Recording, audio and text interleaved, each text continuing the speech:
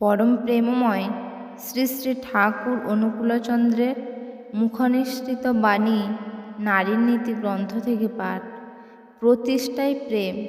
প্রেম বা ভালোবাসা তাহার প্রেমাস্পদকে পারিপার্শ্বিককে জগতে শুধু প্রতিষ্ঠা করিয়াই ক্ষান্ত হয় না, সে আরও চায় তাহার জগৎকে ব্যষ্টি ও সমষ্টিভাবে তাহার প্রেমাস্পদকে উপঢৌকন দিয়া কৃতার্থ হইতে, তাহাকে বহন করিয়া বৃদ্ধিতে অনুপ্রাণিত করিয়া অধীনতায় তৃপ্তি ও মুক্তিকে আলিঙ্গন করিতে।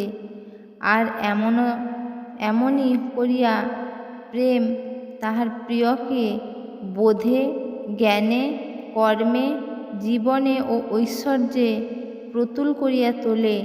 তাই প্রেম এত নিষ্পাপ, এত বরণীয়। বাণী সংখ্যা 30।